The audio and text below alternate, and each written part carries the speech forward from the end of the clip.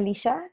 Um, I'm the writer-director of the short film Lata, and I have an MFA in film direction from the California Institute of the Arts, also called CalArts. The film, it's through the length of the film, we're following a 22-year-old domestic laborer as she navigates the spaces in an upper-class home in Mumbai.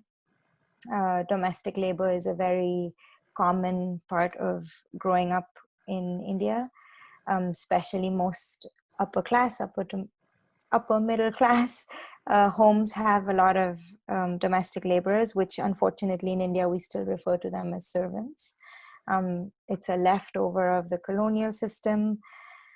Usually these laborers are also, most often than not, belong to the lower caste.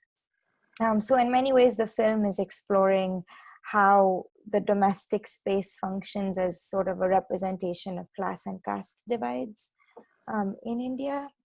And for me personally, I think it's an exploration of how our homes have relegated these humans to complete invisibility in some ways, and the ways that architecture separates and divides, so that we almost never see the help.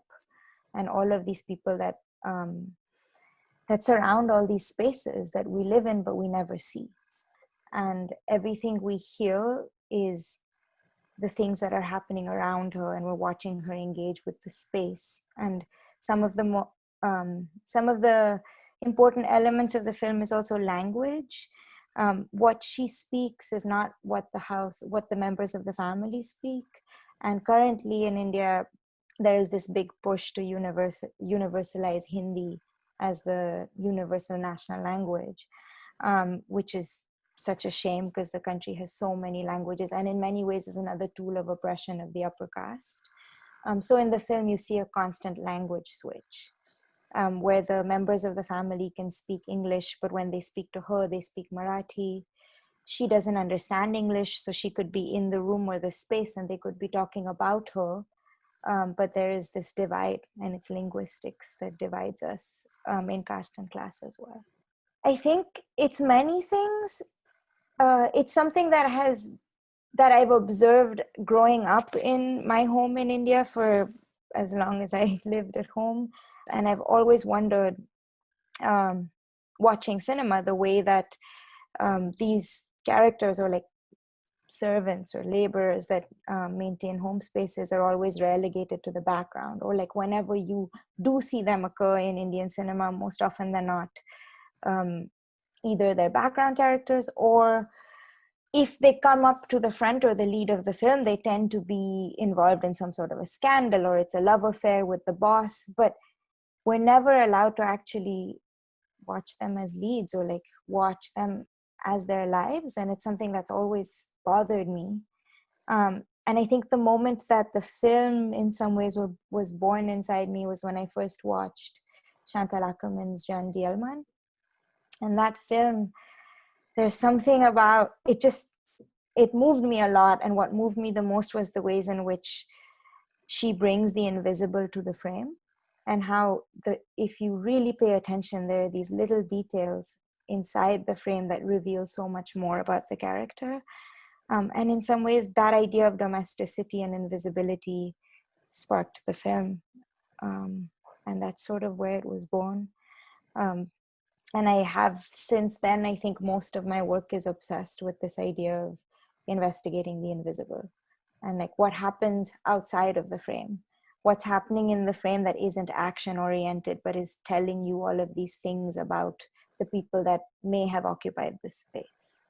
For me personally, I see the film as a reenacted document, and a lot of the writing process happened when my co-writer and we went back home to my apartment building, and for 3 months we just documented everything.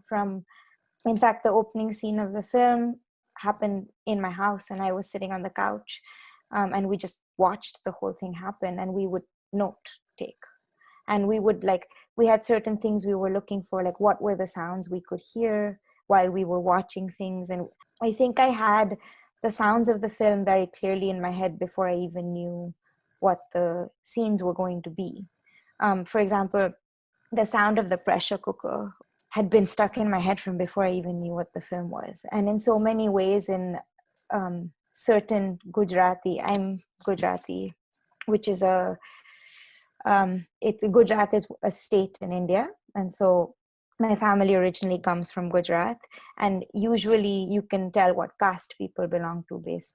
And those were sounds that I began to record, and scenes flowed out of those sounds.